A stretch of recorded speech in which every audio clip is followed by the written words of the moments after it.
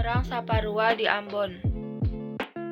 Peralihan kekuasaan pada tahun 1811 sampai 1816 menyadarkan rakyat bahwa Belanda bukanlah kekuasaan yang paling hebat.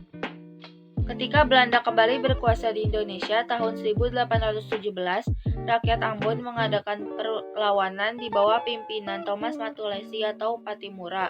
Pattimura memimpin perlawanan di Saparua dan berhasil merebut benteng perlawanan Belanda serta membunuh Residen Vandenberg. Dalam perlawanan tersebut, diturut serta pula seorang pahlawan wanita bernama Christina Martha Tiahahu, merupakan putri tunggal dari Paulus Tiahahu, teman dari Kapten Pattimura. Perlawanan Pattimura dapat dikalahkan setelah bantuan Belanda dari Batavia datang. Selanjutnya adalah Perang Diponegoro. Pada saat melawan Belanda, Pangeran Diponegoro menggunakan strategi perang gerilya dan memusatkan pertahanannya di Goa Selarang. Belanda yang mulai kewalahan menghadapi peperangan mengerahkan lebih dari 23.000 orang serdadu. Pada tahun 1827, Belanda menggunakan strategi benteng. Strategi yang digunakan oleh Belanda berhasil menangkap Kyai Maja, kemudian Pangeran Mangkubumi dan Panglima utamanya menyerahkan diri kepada Belanda. Pada bulan Maret 1830, Diponegoro bersedia mengadakan perundingan dengan Belanda di Magelang, Jawa Tengah. Perundingan tersebut hanya sebagai jalan tipu muslihat karena ternyata Diponegoro ditangkap dan diasingkan ke Manado, kemudian ke Makassar hingga wafat pada tahun 1855. Setelah berakhirnya Perang Jawa atau Diponegoro, tidak ada lagi perlawanan yang besar di Jawa. Assalamualaikum warahmatullahi wabarakatuh. Nama saya Isnadila Zara dari kelas 8G. Perang Jagaraga berawal ketika Belanda dan kerajaan di Bali bersengketa tentang hak tawan karang. Hak karang menyatakan bahwa setiap kapal yang kandas di perairan Bali menjadi hak penguasa di daerah tersebut. Pemerintah Belanda memprotes Raja Buleleng yang menyita 2 kapal untuk Belanda. Raja Buleleng tidak menerima tuntutan Belanda untuk mengembalikan kedua kapalnya. Persengketaan ini menyebabkan Belanda melakukan serangan terhadap kerajaan Buleleng pada tahun 1846. Belanda berhasil menguasai kerajaan Buleleng, sementara Raja Buleleng menyingkir ke Jagaraga dibantu oleh kerajaan Karangasem. Setelah berhasil merebut benteng Jagaraga, Belanda melanjutkan ekspedisi militer tahun 1849. 2 kerajaan Bali yaitu Gianyar dan Klungkung menjadi sasaran Belanda pada tahun 1906. Seluruh kerajaan di Bali pun jatuh ke pihak Belanda setelah rakyat melakukan perang habis-habisan sampai mati yang dikenal dengan Perang Puputan Jagaraga. Kedua adalah Perang Padri.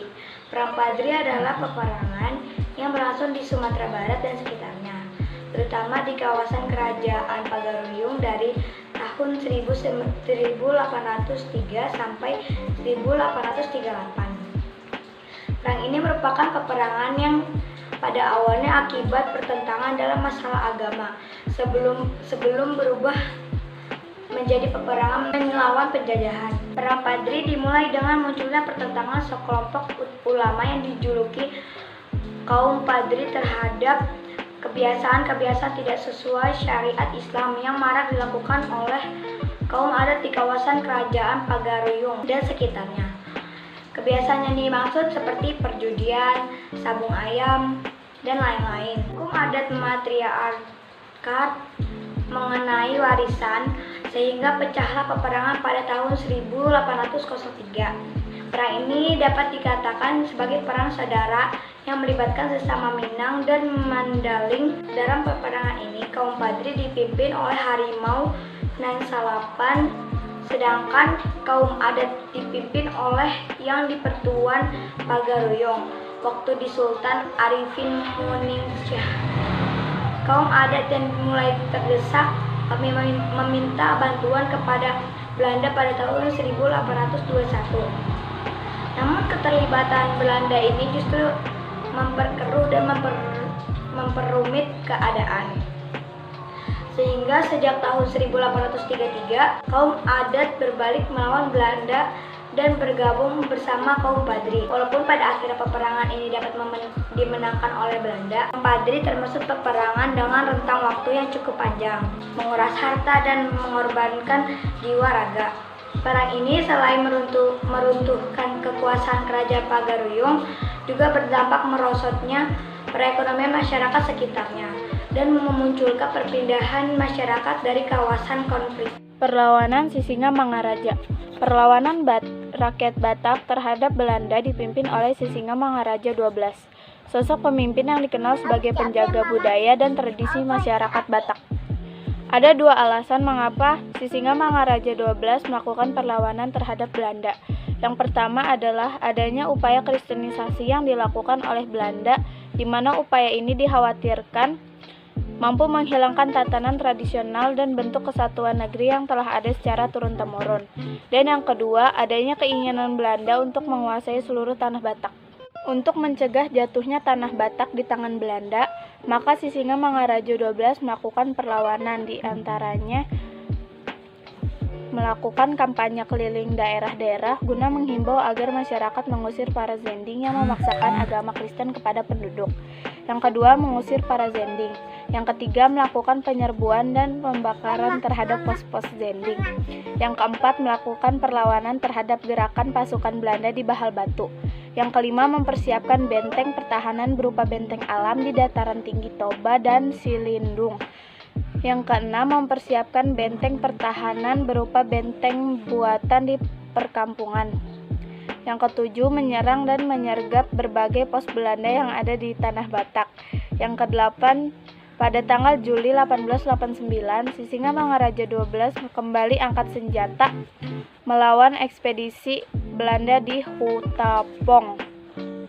Yang kesembilan, Sisingamangaraja XII bersama putra-putranya Patuan Nagari dan Patuan Anggi beserta sisa prajurit perlawanan terakhir di Aik Sibulbon, daerah Dairi. Pada akhirnya, hasil perlawanan yang dilakukan Sisingamangaraja XII beserta segenap masyarakat Batak yang mengalami kekalahan.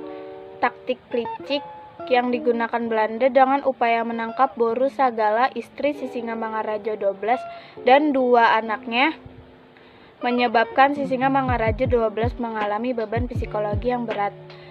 17 Juni 1990, Sisingamangaraja XII meninggal dalam perlawanan terakhirnya di Aik Sibulbon, daerah Dairi, karena tertembak timah panas tepat di dadanya.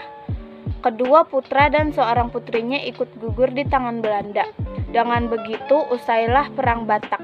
Perang Aceh. Pemimpin Perang Aceh terdiri dari banyak orang, dan semuanya merupakan bagian dari golongan Ule Balang atau bangsawan, dan utama pemuka agama. Pada tahun 1873, Belanda menyerang Kesultanan Aceh. Pada tahun 1875, Tuanku Muhammad Daud Shah menggantikan Sultan Mahmud memimpin perlawanan. Pada tahun 1884 sampai 1885, Belanda memerintahkan penghentian peperangan. Pada tahun 1893, Teuku Umar pura-pura menyerah.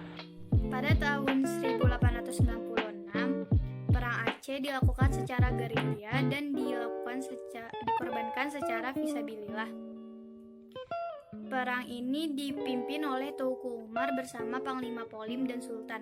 Pada tahun 1899, ketika terjadi serangan mendadak dari Van der Dusen di Meulaboh, Teuku Umar gugur. Tetapi Cutnya Dien, istri Teuku Umar, menjadi pemimpin di peperangan rakyat Aceh melawan Belanda. Pada tahun 1903, Tuanku Muhammad Daud Shah dan Panglima Polim ditangkap Belanda. Lalu Perang Aceh diumumkan berakhir oleh Belanda pada tahun 1904. Perang Banjar. Pada tahun 1857 sampai 1905 terjadi peperangan antara rakyat Kesultanan Banjar dan rakyat Kalimantan melawan Belanda. Perang ini diawali karena Belanda mengikut campur urusan pergantian raja di kerajaan Banjarmasin. Pada tahun 1857, Belanda mendukung Pangeran Tamjidillah yang tidak disukai rakyat karena Pangeran Tamjidillah berjanji akan memberikan daerah Pengalon dan Kalangan kepada Belanda. Karena banyak rakyat yang tidak suka dengan perilaku Belanda, terjadilah perlawanan antara rakyat Kesultanan Banjar dengan Belanda. Peperangan ini dilakukan oleh Prabu Anom dan Pangeran Hidayat. Pada tahun 1859, Pangeran Antasari dipilih untuk menjadi pemimpin perlawanan setelah Prabu Anom ditangkap Belanda. Pada tahun 1860, pasukan Pangeran Antasari dapat didesak oleh Belanda dan Belanda menghapus Kesultanan Banjar. Lalu pada tahun 1861 Pangeran Hidayat ditangkap Belanda dan pada bulan Maret 1862 Pangeran Antasari diangkat menjadi Kesultanan Banjar dan beliau wafat pada tanggal 11 Oktober 1862. Lalu perang Banjar dipadamkan sepenuhnya oleh Belanda pada tahun 1905.